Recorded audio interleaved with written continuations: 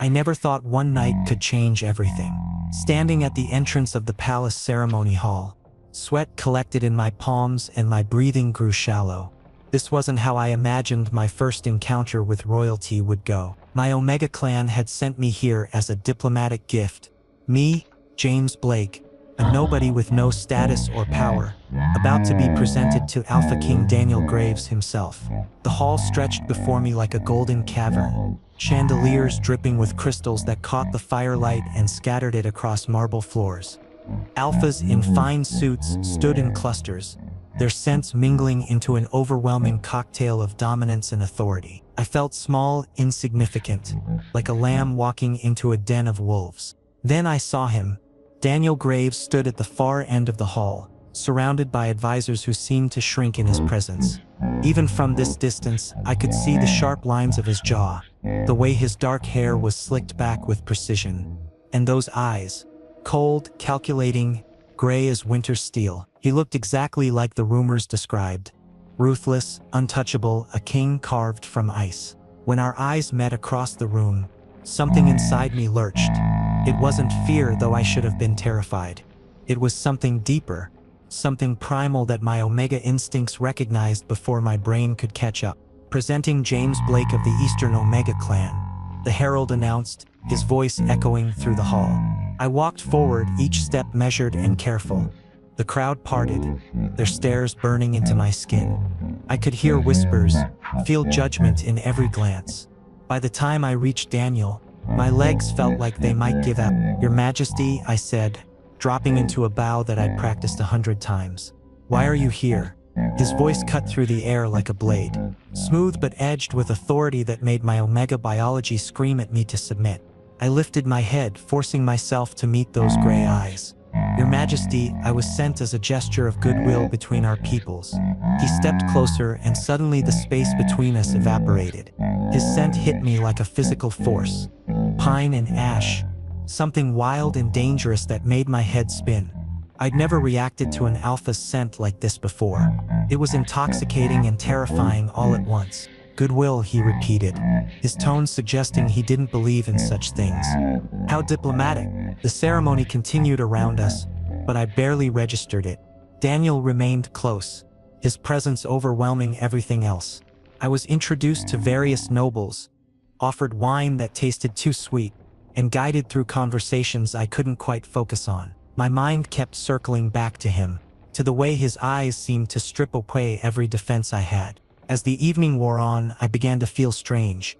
The room grew warmer, my skin too sensitive, my thoughts clouding. I'd had only 2 glasses of wine, but my body was reacting like I'd had 10. Something was wrong. "You look unwell," Daniel's voice came from beside me, startling me. I hadn't noticed him approach. "I'm fine," I lied, but even I could hear how breathless I sounded. Then it hit me, the unmistakable surge of heat rushing through my body, my heat. But that was impossible. I'd taken my suppressants this morning, had been meticulous about my schedule. This shouldn't be happening, especially not here, not now. Panic seized me. Every Omega knew the danger of going into heat in a room full of unmated alphas. I turned to leave, to find somewhere safe, but my legs wouldn't cooperate. The room tilted, and I would have fallen if strong hands hadn't caught me. "Come with me," Daniel commanded, his voice low and urgent. He guided me through a side door away from the crowd into a quieter corridor. "Something's wrong," I managed to gasp out. "The wine, aphrodisiac," he growled, understanding immediately. "Someone drugged the ceremonial wine." We made it to a private chamber before my heat fully took over. The rational part of my brain screamed that this was wrong, that I needed to leave, to put distance between us. But my Omega biology had other ideas, responding to his alpha presence with an intensity that scared me. "I should go," I whispered, even as my body moved closer to him. "You can't," Daniel said, and there was something in his voice I hadn't heard before.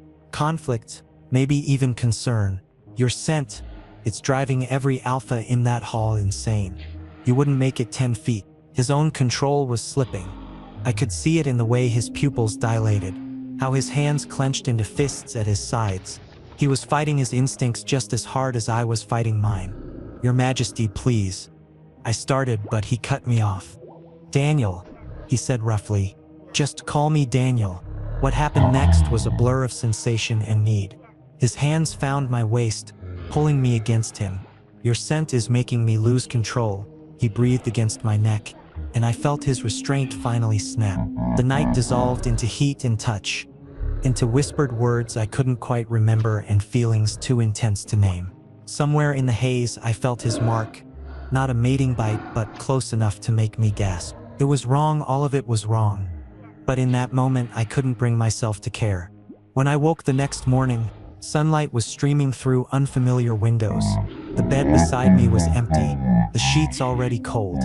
For a moment I let myself believe it had been a dream. But the ache in my body and the lingering scent of pine and ash told a different story. Then I saw it, a note on the pillow where Daniel's head should have been.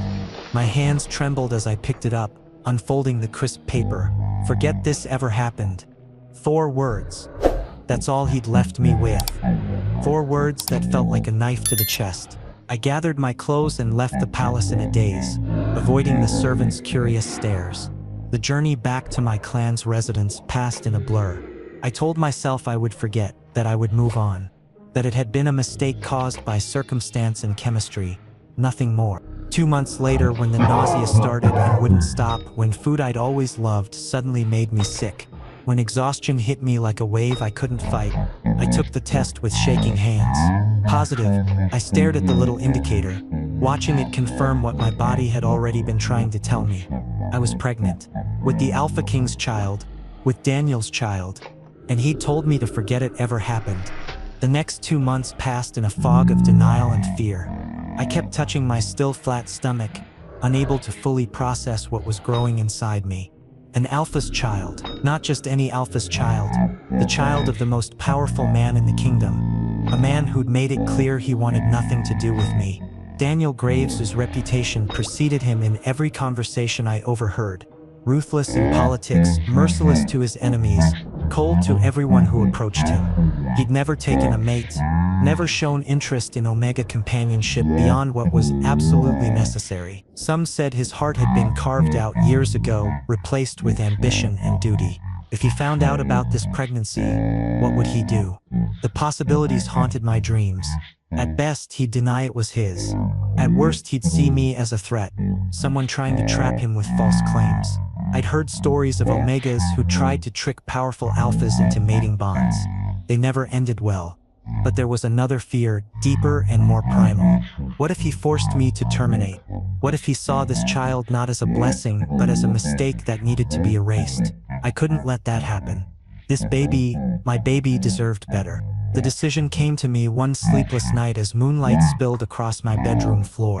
I would run.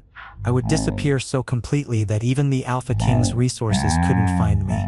It was risky, possibly foolish, but it was the only way to protect what mattered most. Julian Hart had been my closest friend since we were children, both of us Omegas in a world that didn't always value our existence. When I told him my plan, his reaction was immediate. "Are you insane?" he hissed, pacing my small room like a caged animal. "Do you know what happens to Omegas who run from Alpha obligations? This isn't an obligation." I shot back. "He doesn't even know he told me to forget it happened." Julian stopped pacing, his expression softening. "James, if you do this, there's no coming back. You'll be alone, raising a child with no support, no protection." "I'll have you," I said quietly. "Won't I?" He studied my face for a long moment, then sighed. "You're really doing this?" "I have to." "Then you'll need help," he finally said. "And a better plan than just running blindly into the night."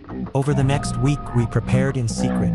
Julian used his connections to secure forged identity documents, a new name that would help me disappear. Ash River's simple, forgettable, perfect for someone who wanted to vanish. The night we left, the palace was celebrating some visiting dignitary. Guards were distracted, attention focused elsewhere. Julian led me through service tunnels I didn't know existed, narrow passages that smelled of damp stone and old secrets. "This is dangerous," Julian whispered as we navigated the darkness. "If guards catch us, they won't," I interrupted, trying to sound more confident than I felt. And even if they do, I'll say I was curious. They'll just send me back. And me? Julian asked dryly. You were trying to stop me. Your conscience is clear. We emerged in the lower city just as dawn was breaking, pink light touching the rooftops. From there, we traveled on foot and by borrowed cart, putting as much distance as possible between ourselves and the palace. Crescent Hollow was exactly what its name suggested. A small town nestled in a valley, protected by hills on three sides. It was known as a safe haven for Omegas, a place where questions weren't asked and pasts were left behind. The healer, Maeve, lived in a cottage at the edge of town. She was older, with silver-streaked hair and knowing eyes that seemed to see right through me when Julian brought me to her door. Another runaway, she said, not unkindly. Come in, child. You look exhausted. Her home smelled of herbs and wood smoke. She made me tea that settled my nervous stomach and examined me with gentle, practiced hands. You're carrying, she stated simply. About 3 months, I'd say. I nodded, unable to speak around the lump in my throat. The father? She asked, her tone neutral. This was the moment I'd been dreading. I'd rehearsed my lie 100 times. A merchant. He didn't ask. I said no, but I understand, Maeve interrupted, sparing me from finishing. You're safe here. No one will force you to do anything you don't want. Relief flooded through me so powerfully I almost cried. Julian stayed for 3 days, helping me settle into a small room above the weaver's shop. Maeve had arranged for me to work doing embroidery, something I'd learned as a child and could do without drawing attention. I have to go back, Julian said on his last morning. If I'm gone too long, they'll start asking questions. I know, I said, though the thought of being alone terrified me. Thank you for everything. Send word when the baby comes, he said, hugging me tight. I want to know you're both okay. Then he was gone, and I was truly alone with my secret. The weeks that followed fell into a routine. I woke early, worked on embroidery pieces that the shop owner sold in the market, and tried not to think about what I'd left behind. The townsfolk accepted my story without much questioning. Crescent Hollow was full of Omegas with pasts they didn't want to discuss. I'd been there almost a month when I heard the news. I was in the market buying vegetables for my evening meal when excited chatter erupted around me. Did you hear? The Alpha King himself is coming here. My blood turned to ice. The basket slipped from my numb fingers, carrots rolling across the cobblestones. Why would he come to a place like this? Someone asked. Investigation, they say. Something about stolen palace secrets being sold through Omega networks. Not me. He wasn't looking for me. This was coincidence. Nothing more. It had to be. But as the day of his arrival approached, I couldn't shake the feeling of impending disaster. I stayed inside, avoiding windows, praying he would finish his business and leave without ever knowing I existed. Evening came, and with it the sound of horses and formal announcements. Against my better judgment, I crept to the window and peered through a crack in the curtains. There he was, Daniel Graves, sitting astride a massive black horse, looking every inch the intimidating ruler I remembered. He dismounted with fluid grace, his eyes scanning the gathered crowd with that same cold assessment I'd seen in the palace. Then, as if pulled by invisible strings, his gaze shifted. It moved across buildings, across faces, until it landed directly on my window. Our eyes met through the narrow gap in the curtains, and I saw something flicker in his expression. Recognition? Curiosity? I couldn't tell. He moved toward my building, his stride purposeful. My heart hammered against my ribs as I heard footsteps on the stairs, growing closer. The door to my room swung open without warning. He stood in the doorway, backlit by corridor light, and spoke the words I'd been dreading. I know you. Electric current shot through my entire body as Daniel stepped into my small room, his presence immediately making the space feel cramped and airless. Those gray eyes swept over me with an intensity that made me want to disappear into the walls. You must have me confused with someone else. Your Majesty, I managed, my voice barely steady. My hands instinctively moved to adjust the shawl around my shoulders, making sure it covered the subtle swell of my belly. At 3 months, it wasn't obvious, but I couldn't risk him noticing anything unusual. He moved closer, and I forced myself not to retreat. Showing fear would only make him more suspicious. "Your scent," he said, and there was something almost vulnerable in the way he said it. "It reminds me of someone." Every instinct screamed at me to run, but there was nowhere to go. He stood between me and the door, and even if I could get past him, where would I flee? This town was small, isolated. There was no escaping an Alpha King who decided to pursue. "Many Omegas probably smell similar to you, Your Majesty," I said, keeping my eyes downcast in what I hoped looked like proper deference rather than desperate concealment. "We can't all be unique." "Don't," he said sharply. "Don't do that submissive act. I've seen enough fake deference to last a lifetime." The unexpected honesty in his words startled me enough that I looked up, meeting his gaze directly. "A mistake." His eyes widened slightly, and I saw the exact moment recognition began to dawn. "The ceremony," he breathed. "You were there. You're the Omega who—" "I work as an embroiderer here." I cut him off quickly, gesturing to the samples scattered across my small work table. "I've never been to any palace ceremony." "You're mistaken." He crossed to the table in 2 strides, his fingers brushing over one of my pieces. It was a decorative panel featuring intricate knotwork, the same style used in royal garments. I silently cursed myself for not thinking about how distinctive my technique was. "Where did you learn this pattern?" he demanded. "Books," I lied. "Old pattern books that the shop owner has. These specific knots are only taught to Omegas who serve in palace households," Daniel said, turning to face me fully. "So either you're lying about never being there, or you stole these designs. Which is it?" "Trapped." I was completely trapped, and we both knew it. Perhaps I saw them somewhere and copied them without realizing their significance. I tried, but the words sounded weak even to my own ears. Daniel's jaw tightened with frustration. For a long moment he just stared at me, and I could practically see him trying to piece together a puzzle with missing pieces. "What's your name?" he finally asked. "Ash Rivers." "Your real name?" "That is my real name," I insisted, holding on to my false identity like a lifeline. Something shifted in his expression, not anger but something almost like hurt. "Fine," he said curtly. "Keep your secrets. But understand this, I'm staying in this town for the next several days. If I find out you're connected to the stolen palace information, there will be consequences." He left without another word, but his scent lingered. Pine and ash, the same combination that had haunted my dreams for months. I barely slept that night. Every sound made me jump, expecting Daniel to return with guards and accusations. But morning came without incident, and I forced myself to go about my normal routine. Julian had been right, this was dangerous. But what choice did I have? I couldn't travel in my condition, and moving again would only draw more attention.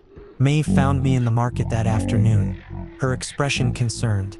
"The king's investigation is about an Omega trafficking ring," she said quietly. "They've been stealing palace secrets and selling them to neighboring kingdoms. Several Omegas from this town have been questioned." Relief and guilt warred in my chest. Relief that I wasn't his target. Guilt that other Omegas were suffering while I hid my own secrets. "Has he questioned you?" Maeve asked, briefly. I admitted. "He seemed interested in my embroidery work." "Be careful," she warned. "Alpha Kings don't ask idle questions." That evening, I returned to my room exhausted and eager for the safety of solitude. I opened the door and froze. Daniel stood beside my cot, holding one of my embroidery samples. But it wasn't just any sample, it was a piece I'd started weeks ago. A design that incorporated the Blake family crest hidden within the decorative border. A piece I'd been foolish enough to work on when I was feeling homesick and nostalgic. "This is interesting," he said without looking at me. "These symbols, they're not just decorative, are they?" My mouth went dry. "I don't know what you mean." "Yes, you do," he said, finally meeting my eyes. "These are clan markers, specifically Eastern Omega clan markers. The same clan that sent an Omega to the palace ceremony 4 months ago. Lots of people know those symbols." I tried, but my voice shook. "Stop lying to me," he growled, and suddenly Alpha Command laced his words, making my Omega instinct scream at me to submit, to tell him everything. I gripped the doorframe, fighting against the compulsion with everything I had. I can't." "Who are you really?" he demanded. the command strengthening. Why are you hiding? Tears burned my eyes as I struggled against my own biology. My hand moved protectively to my stomach, an unconscious gesture I couldn't control. Daniel's gaze followed the movement. His eyes widened, and the command dropped from his voice abruptly. You're protecting something, he said, more to himself than to me. Or someone. Please, I whispered, no longer able to maintain the pretense. Just leave me alone. I'm not involved in your investigation. I'm not a threat to anyone. Then why run? He asked, and the gentleness in his tone was somehow worse than the command had been. Why hide in a place like this, using a false name, doing work that's beneath your skill level? Because of you, I wanted to scream. Because you told me to forget, and I'm carrying a child you don't want. But I couldn't say any of that. So I said nothing, just stood there with tears streaming down my face, trapped between truth and survival. Daniel stepped closer, and I flinched. He froze immediately, something like pain crossing his features. I'm not going to hurt you, he said quietly. Whatever you think of me, whatever I've done, I would never harm an Omega who's clearly terrified. Then let me go, I begged. Forget you saw me here. Finish your investigation and leave. I can't do that, he said, but there was regret in his voice. Not until I understand why you're sent, your face, everything about you feels like something I've lost. Something important. He reached toward me, and despite every logical reason to pull away, I found myself frozen as his fingers gently brushed a tear from my cheek. I dream about you, he admitted, the confession seemingly surprising him as much as it did me. For months I'd been dreaming about someone I can't quite remember. Someone who smelled like spring rain and felt like home. Tell me I'm not crazy. Tell me you were there that night. My resolve crumbled. You told me to forget, I whispered. So I tried. I really tried. Understanding dawned in his eyes, followed quickly by a complex storm of emotions I couldn't name. James, he breathed, my real name falling from his lips like a prayer. James Blake. And there it was. The truth, finally spoken between us. No more hiding, no more lies, just two people standing in a cramped room, the weight of secrets finally lifting and an uncertain future stretching before us. The silence that followed Daniel's recognition of my true identity felt suffocating. He stood there, my real name still hanging in the air between us, and I watched emotions flicker across his face too quickly to interpret. Shock, certainly, but there was something else, something that looked almost like relief. James Blake, he repeated, softer this time, as if testing how the name felt on his tongue. You disappeared without a trace. My guard searched for weeks. That caught me off guard. You looked for me? Of course I did, he said, and there was an edge of frustration in his voice. You vanished from the palace the morning after the ceremony. No one knew where you'd gone. Your clan claimed ignorance, said you'd fulfilled your duty and returned home, but when I sent people to verify, you weren't there either. I pressed my back against the wall, needing the solid support. Why would you search for me? You left that note. You made your intentions perfectly clear. Daniel's jaw worked, and he looked away from me for the first time since entering the room. That note was a coward's way out, he admitted. I woke up that morning with you in my arms, and I panicked. What happened between us, it wasn't supposed to mean anything. I'm an alpha king. I can't afford attachments, can't let anyone get close enough to become a weakness. So you pushed me away before I could become a problem, I said, unable to keep the bitterness from my voice. Yes, he said simply, meeting my eyes again, and I've regretted it every day since. The confession struck me like a physical blow. I hadn't expected honesty, hadn't prepared for vulnerability from someone with such a fearsome reputation. There's something I need to ask you, Daniel continued, taking a careful step closer. His movements were deliberate, non-threatening, as if approaching a skittish animal. That night, the heat you experienced, it wasn't natural, was it? Someone drugged the wine. I confirmed.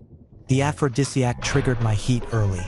I should have had another month before my cycle. His hands clenched into fists at his sides. I thought as much. During my investigation into the trafficking ring, I uncovered evidence that several palace servants were involved in a scheme targeting Omegas. The ceremony was one of their operations. They wanted to create compromising situations, gather blackmail material. So I was just collateral damage in someone else's plot, I said hollowly. No, Daniel said firmly. You were a victim. We both were in different ways. I wanted to argue to maintain my anger as a shield, but exhaustion was creeping in. The stress of hiding, of maintaining lies, of carrying this secret alone. It was all catching up to me at once. Why are you really here, Daniel? I asked tiredly. What do you want from me? He was quiet for a long moment, studying me with those penetrating gray eyes. I want the truth, he finally said. All of it. No more games, no more half answers. I can feel that you're hiding something important, and I think I already know what it is. My hand instinctively moved to my stomach again, that protective gesture I couldn't seem to stop. Daniel's gaze followed the movement, and I saw understanding settle over his features. You're carrying a child, he said, and it wasn't a question. There was no point in denying it anymore. Yes. How far along? 6 months, I whispered. I watched him do the mental calculation, saw the exact moment he realized the timeline matched. His face went pale and he took a step back as if I'd struck him. 6 months, he repeated slowly. Which means, it's yours. I confirmed, my voice barely audible. From that night, the words hung between us like a grenade with the pin pulled. Daniel stared at me, his expression cycling through disbelief, shock, and something that might have been wonder. You've been pregnant with my child for 6 months, and you didn't tell me? His voice rose, alpha authority bleeding through despite his apparent attempt to control it. How was I supposed to tell you? I shot back, my own anger finally breaking through. You left me a note saying to forget it happened. You made it clear I was nothing more than an inconvenient What was I supposed to do? Show up at the palace gates and announce I was carrying the Alpha King's bastard? You were supposed to trust that I would take responsibility. He growled. Trust? I laughed, the sound harsh and broken. I didn't know you. One night. Daniel, we had one night together, drug-induced at that, and then you discarded me like I was nothing. Why would I trust you with the most precious thing in my life? Because this child is mine too, he said, and now there was pain in his voice, raw and undeniable. You took that choice away from me. You decided, all on your own, that I wouldn't want my own child. Can you honestly tell me I was wrong? I challenged. If I had come to you 6 months ago, told you I was pregnant, what would you have done? Be honest. Daniel opened his mouth, then closed it. The silence was answer enough. That's what I thought, I said quietly. You would have questioned if it was even yours. You would have suspected I was trying to trap you. Maybe you would have offered me money to disappear, to handle the problem discreetly. That's what powerful alphas do, isn't it? They protect their reputations. You don't know that, he protested, but there was uncertainty in his voice. Don't I? I moved away from the wall, suddenly needing space despite the room's small size. I've heard the stories, Daniel. Everyone has. You're known as the Cold King for a reason. You've never shown interest in taking a mate. Never indicated you wanted children. Why would I believe you'd suddenly change everything for an Omega you spent one night with? Because that night meant something, he said intensely. I've tried to convince myself it didn't. Tried to push the memory away, but I can't. Your scent, your touch, the way you looked at me, it's haunted me for months. I've never reacted to anyone the way I reacted to you. I wanted to believe him. Some foolish, hopeful part of me wanted to accept his words at face value. But I'd spent too long protecting myself, protecting my baby, to let my guard down now. Words are easy, I said. Actions matter more. And your actions told me everything I needed to know. Daniel ran a hand through his hair, the gesture of frustration I was beginning to recognize. You're right, he admitted, surprising me again. My actions were wrong. I handled everything wrong. But I'm here now, James. I know the truth, and I'm asking you, what do you want to happen next? The question caught me off guard. I'd expected demands, commands, declarations of what he would do. I hadn't expected him to ask what I wanted. I don't know, I admitted honestly. I've spent months planning to do this alone, convincing myself I didn't need anyone. Now you're here and everything's different, and I'm terrified. Of me, he asked quietly. Of what you represent, I clarified. Of losing control over my own life, my child's life. Of being forced into a role I never asked for. Daniel moved closer, slowly enough that I could have stepped away if I wanted, but I didn't. Something kept me rooted in place as he approached, stopping just short of touching me. "I can't change the past," he said, his voice low and earnest. "But I can promise you this, I will never force you into anything. You have choices, James. You've always had his, even if I didn't make that clear before." "What kind of choices?" I asked warily. "Whether you want me in this child's life, whether you want to return to the palace or stay here, whether you're willing to give me a chance to prove I'm not the monster my reputation suggests." He paused, then added, "Whether you can ever forgive me for that note." I looked up at him, really looked at him, and saw vulnerability in those gray eyes that I'd never expected to see. The cold king, feared throughout the realm, was standing in my tiny room above a weaver's shop, asking for forgiveness.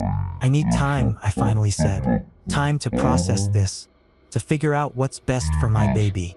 "Our baby," he corrected gently. "Our baby," I conceded. 3 months passed in a strange limbo. Daniel had closed his investigation and returned to the palace, but not before making arrangements. He'd left one of his most trusted guards, Marcus, stationed discreetly in Crescent Hollow. Not to watch me, he'd insisted, but to ensure I had protection and resources if I needed them. "I won't pressure you," he'd said before leaving. "But I won't abandon you either.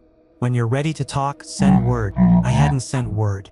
Instead, I'd focused on preparing for the baby's arrival, which was growing closer with each passing day. My belly had grown significantly, making it impossible to hide my condition any longer. The loose clothes I'd relied on before now looked comically inadequate, stretched tight over my swollen stomach. Julian had returned to visit twice, bringing supplies and news from the outside world.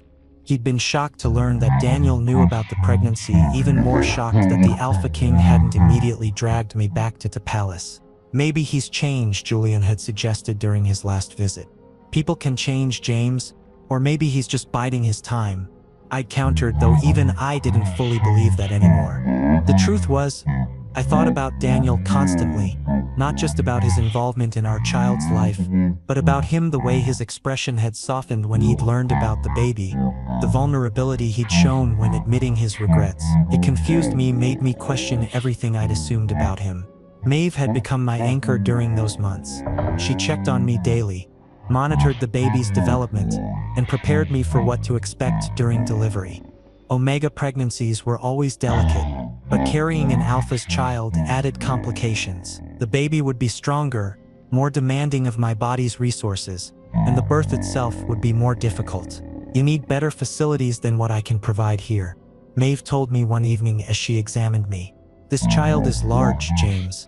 Too large for a simple home birth." Fear gripped me. "Are we in danger?" "Not immediately," she assured me. "But when labor begins, things could progress quickly or become complicated. I'm skilled, but I'm not a palace physician with access to emergency interventions." "What are you suggesting?" I asked, though I already knew that you seriously considered Daniel's offer. "The palace has the best medical care in the realm. Your chances of a safe delivery would be significantly higher there." I wanted to argue, to insist I'd manage somehow, but I couldn't. Not when my child's safety was at stake, not when my own stubborn pride might cost us both everything. That night, I drafted a letter to Daniel. It took me hours to find the right words, to strike a balance between accepting help and maintaining my independence. Finally, I settled on simple honesty. "I'm scared. The baby is getting stronger, and Maeve says I need better medical care than she can provide here. I'm not ready to come to the palace permanently, but I'm willing to discuss options. If your offer still stands, I'd like to talk." I sent it with Marcus the next morning. Daniel arrived 3 days later. I was in the market when his carriage entered town, trying to pick out vegetables despite the awkwardness of my size. The baby had been particularly active that morning, kicking and shifting in ways that made me breathless. I just reached for a bunch of carrots when dizziness hit me like a wave. The world tilted. I heard someone shout, felt myself falling, and then everything went black. I woke in an unfamiliar bed, in a room I'd never seen before. Panic seized me immediately, and I tried to sit up, only to be overwhelmed by another wave of dizziness. "Don't move too quickly," a calm voice said from nearby. A physician I didn't recognize approached the bed. "You fainted in the market. Dehydration and low blood sugar," combined with the strain of late pregnancy. You're lucky. His Majesty arrived when he did. Daniel? I managed, my hand going instinctively to my belly. Relief flooded me when I felt the baby move. The child is fine, the physician assured me. Strong heartbeat, good movements. But you, young man, need to take better care of yourself. Before I could respond, the door opened and Daniel entered. He looked haggard, as if he hadn't slept, and his eyes went immediately to me with an intensity that stole my breath. You're awake, he said, and the relief in his voice was palpable. He crossed the room quickly, stopping at the bedside. When I saw you fall, I'm okay, I interrupted, not ready to hear the emotion in his voice. The doctor says it was just dehydration. Just, Daniel repeated incredulously. James, you collapsed in the middle of the market. Do you have any idea how terrifying it was to see you fall like that, knowing you were carrying our child? Our child. He kept saying that, claiming ownership and responsibility in a way that both comforted and frightened me. I got your letter, he continued, his voice gentler. I was already on my way here when this happened. I want to help, James. Please let me help. I looked at him, really looked at him, and saw fear in his eyes. Fear for me, for our baby. Maybe Julian was right. Maybe people could change. Okay, I said quietly. What did you have in mind? Over the next hour, Daniel laid out his proposal. He'd arranged for a suite of rooms in the palace's east wing, separate from the main royal quarters. I would have complete privacy, my own staff, and access to the best medical care available. Julian could visit whenever he wanted. I wouldn't be a prisoner, wouldn't be forced into any official role or public appearances.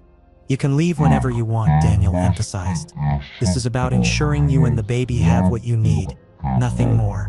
No strings attached. And after the baby is born? I asked. What then? That's up to you, he said. If you want to return here, I won't stop you. Though I hope you'll consider letting me be part of the child's life, even if you don't want me in yours. The offer was more than generous. It was everything I needed and nothing I'd feared. But there was still one question I had to ask. Why are you doing this, Daniel? And don't say it's just because of the baby. You could have demanded I come to the palace. Could have used your authority as Alpha King to force compliance. But you're not. Why? He was quiet for a long moment, his hand resting on the edge of the bed near mine, but not quite touching. When he finally spoke, his voice was raw with honesty. Because I care about you, he said simply. I tried not to. I tried to convince myself that night meant nothing, that you were just another Omega passing through my life. But I can't stop thinking about you. The way you looked at me without fear when everyone else cowers. The way you challenged me, called me on my mistakes. The way you've survived these months alone, protecting our child with such fierce determination. He finally let his hand cover mine. I'm doing this because you deserve better than what I gave you before. Both you and our child deserve better. And maybe if I prove myself, you'll give me another chance. Not as an Alpha King, but as a man who wants to know you, to be worthy of you. Tears welled in my eyes. I'd spent so long convincing myself he was cold, unfeeling, that hearing him speak like this broke something open inside me. One step at a time, I whispered. I'm not ready for grand promises or declarations, but I'm willing to try. That's all I'm asking, Daniel said, squeezing my hand gently. One step at a time. The journey to the palace took 2 days. Daniel had insisted on the slowest, most comfortable pace possible, stopping frequently to ensure I was all right. It was strange, being the center of so much concern after months of handling everything alone. Marcus rode ahead to prepare my quarters, while Julian had been sent for and would arrive at the palace shortly after us. Daniel stayed close, always within reach but never smothering, respecting the boundaries I'd established even as he made his care obvious. We arrived at the palace at sunset, the massive stone structure painted gold and crimson by the dying lights. I'd seen it before, of course, but returning under these circumstances made it feel entirely different. This wasn't a diplomatic mission anymore. This was potentially my child's future home. The suite Daniel had prepared exceeded anything I'd imagined. 3 spacious rooms connected by wide doorways, a bedroom with the largest, most comfortable-looking bed I'd ever seen, a sitting room with windows overlooking the gardens, and a small nursery already furnished with a cradle and changing table. You did all this? I asked, running my hand along the cradle's smooth wood. I had help, Daniel admitted. My head of household has experience with omega pregnancies. She advised on everything you might need. I'd like to meet her, I said, and thank her. She's eager to meet you as well, he said, then hesitated. James, I know we're taking things slowly, but I want you to understand something. This isn't charity. You're not a guest here being tolerated. You're carrying my heir, and that makes you important. Makes you someone the entire palace staff will respect and protect. Your heir, I repeated, the weight of those words settling over me. I hadn't thought about it that way. Does it bother you? He asked carefully. I don't know, I admitted honestly. Everything's happening so fast. A year ago, I was just an omega in a small clan. Now I'm in the palace, pregnant with the future heir to the throne. It's overwhelming. Daniel moved closer, and this time I didn't step away. We don't have to make any decisions about the future right now, he said. Focus on staying healthy, on bringing our baby safely into the world. Everything else can wait. The physician Daniel had mentioned earlier, Dr. Whitmore, arrived within the hour for a thorough examination. She was a middle-aged beta woman with kind eyes and efficient hands, and she spent over an hour checking both me and the baby. You're measuring large, she observed, her hands gentle on my swollen belly. The baby is positioned well, but given the size, I'd recommend staying close to the medical wing during your last month. Labor could begin earlier than expected with an alpha child. Is that dangerous? I asked, anxiety spiking. Not necessarily, she assured me, but alpha births are more intense. The baby's strength can make delivery more challenging. I want to be prepared for any complications. After she left, I found Daniel waiting in the sitting room. He stood immediately when I entered, his expression anxious. What did she say? He asked. The baby's big, I told him.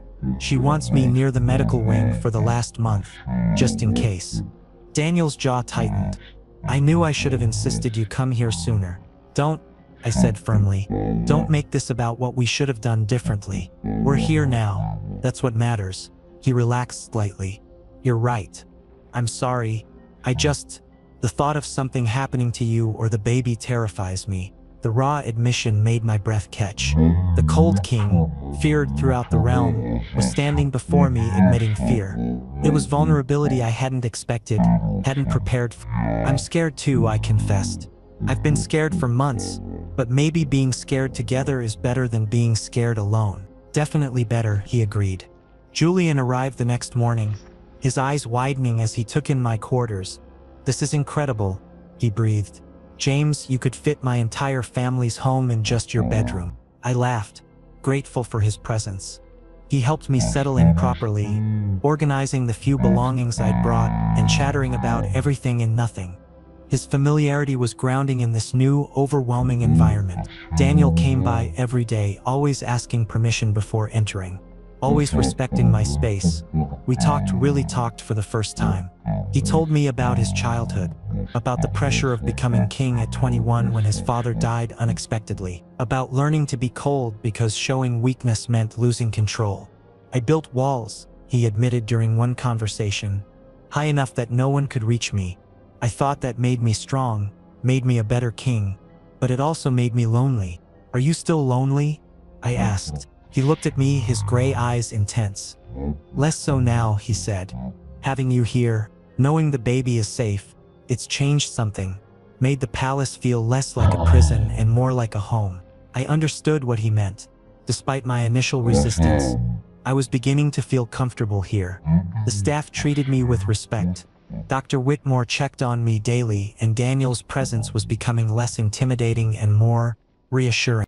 2 weeks before my due date, I woke in the middle of the night with a strange sensation. Not pain, exactly, but pressure. I sat up carefully, one hand on my belly, and felt the baby shift in a way that made me gasp. Within minutes I knew. Labor was beginning. I managed to reach the bell pull that would summon help, and within moments staff arrived. Dr. Whitmore was fetched, and Daniel appeared still in his sleeping clothes, his hair disheveled and eyes wild with concern. It's too early, he said, looking to the physician for reassurance.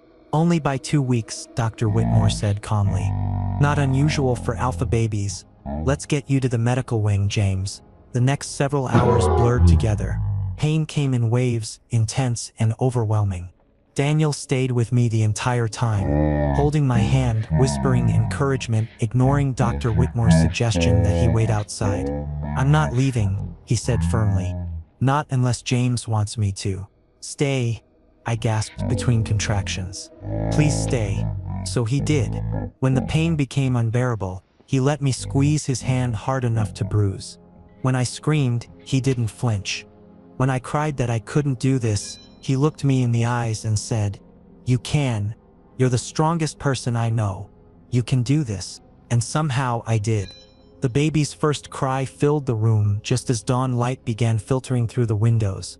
Dr. Whitmore placed a tiny, wriggling bundle on my chest, and I looked down into the face of my daughter. She had dark hair, gray eyes that would probably change color, and the most beautiful face I'd ever seen. She was perfect. "A girl," Daniel breathed from beside me, his voice thick with emotion. "We have a daughter." Tears streamed down my face as I held her, this tiny life we'd created together. All the fear, all the running, all the secrets, they faded in the face of this overwhelming love. "Do you want to hold her?" I asked Daniel. His hands shook as he reached for her, cradling her with such tenderness I wouldn't have believed possible from the man who'd been known as the Cold King. He looked at her with such wonder, such pure joy, that my heart ached. "Hello, little one," he whispered. "I'm your father, and I promise I will spend every day proving worthy of you." He looked at me then, still holding our daughter. "Thank you," he said, "for giving me this gift, for giving me a chance, for being brave enough to choose hope over fear." "We both chose hope," I said softly, "together." And in that moment, holding our daughter between us, I knew we'd found something neither of us had expected to find. A family. Not perfect, not without complications, but real and full of possibility. The Cold King had melted, and I had found a home.